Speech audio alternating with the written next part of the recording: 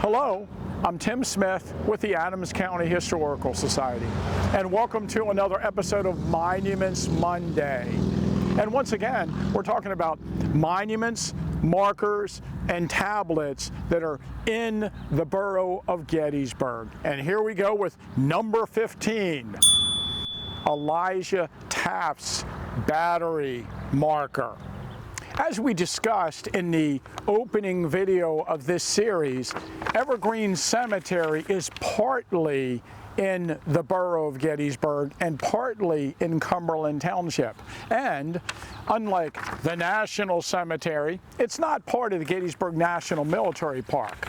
It's interesting about some of these markers and monuments and tablets in the town that are really on private property, how, the monuments are treated or maintained, or whose responsibility, the maintenance of the monuments is. But, the section of Taft's Battery that is positioned here on top of Cemetery Hill, the National Military Park does come in and take care of the cannon carriages, and they have been responsible for keeping them in really good shape here.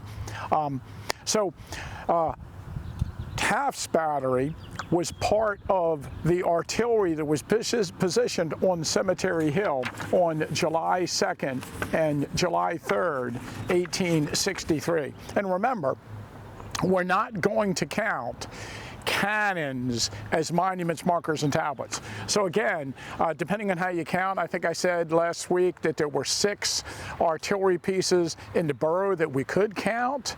These are 2 of those pieces. Captain Elijah Taft commanded a battery of 6 20-pounder Parrott rifles. So these are some of the largest artillery pieces, that were used at the Battle of Gettysburg. And, according to New York at Gettysburg, there's just a small section about Taft's Battery. I should mention that in the National Cemetery, there is a monument to Taft's Battery put up by the Regimental Association, I believe, in 1893. And at some point afterwards, the War Department put up secondary position markers to a section of Taft's Battery that is facing here to the northwest, and 2 more sections of the battery that are in Cumberland Township today that are actually in the Evergreen Cemetery facing to the more to the east. And so according to the dedication ceremony of Taft's Battery, at the Battle of Gettysburg, Taft had 6 20-pounder Parrotts, or 3 full sections, and his guns were the only ones in General Meade's entire army on that field which were heavier than the 10-pound rifles or the 12-pound Napoleons used by the other batteries. At this time, Captain Taft was in command of the 2nd Brigade of the Reserve Artillery Army of the Potomac. And then they talk about their advance to Gettysburg. In the afternoon, it was ordered to report to General Howard on Cemetery Hill, where it went into position about 5 o'clock in the old cemetery and was engaged one of the enemy's batteries on the north with the 4 guns and one on the west with 2 guns. Taft was also engaged on the 3rd day at intervals during the greater part of the day. One of his guns burst at the muzzle and it became useless. In 2 days fighting, the battery fired 557 rounds of shell and shrapnel. Private John C. Begg was killed by the explosion of a caisson limber while coming onto the battlefield on July 2nd.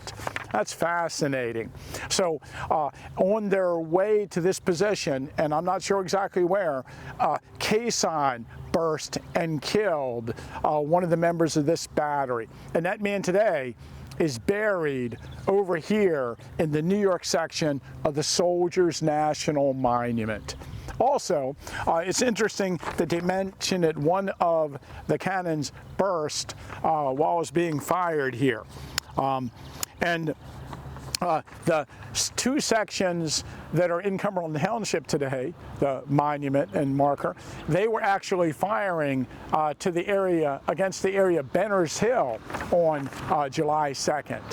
And so, you know, I'd like to point out that if you happen to be bulldozing the Camp Letterman site near the giant grocery store, as they are today, and you find a 20-pounder artillery shell, which is well within range of this area, it had to have come from Taft's battery.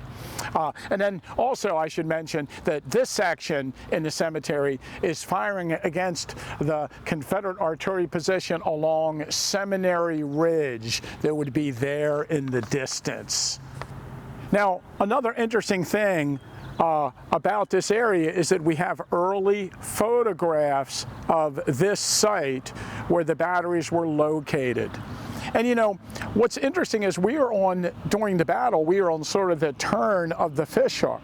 So, you know, the Union line of battle on July 2nd and 3rd ran from Little and Big Round Top along Cemetery Ridge to Cemetery Hill, and then here it turned, went along East Cemetery Hill and back to Culp's Hill. And as luck would have it, Taft's battery is divided, and part of it is facing towards the east and part of it is facing towards the northwest at this very same location. It'd be interesting to watch this battery in action.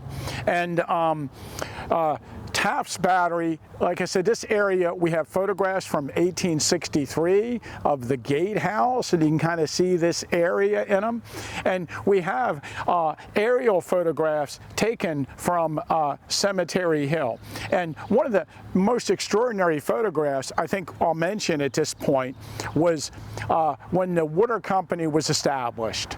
So you might notice there's a large water tower on East Cemetery Hill. And the Gettysburg Water Company purchased the land in the early 1880s and placed a well at this site on Cemetery Hill. And for a while there was a water reservoir on top of the hill, and then later a water tower, and now a more modern water tower. And you know, for the sake of preservation, it's kind of unfortunate because the placement of the Gettysburg Water Company at an early date along Cemetery Hill sort of divided Cemetery Hill. And from that point forward, the land on top of the hill south of the water reservoir became part of the Gettysburg National Military Park. But the land where the water reservoir was, and then all of Cemetery Hill leading down into the town of Gettysburg, became part of the commercial development of the borough of Gettysburg. And today, we still have that sort of dividing line created by that water company. And, you know, it's unfortunate because there was heavy fighting on the side of Cemetery Hill, and if it wasn't for the water company establishing itself at that location, that area would have been preserved as part of the Gettysburg National Military Park. But when they were sinking the derrick for the well that would be used for the reservoir, William Tipton took his camera to the top of the derrick and took a photograph of the Soldiers' National Cemetery that he would use to great advantage in the years after that and create photographs and postcards based on that view.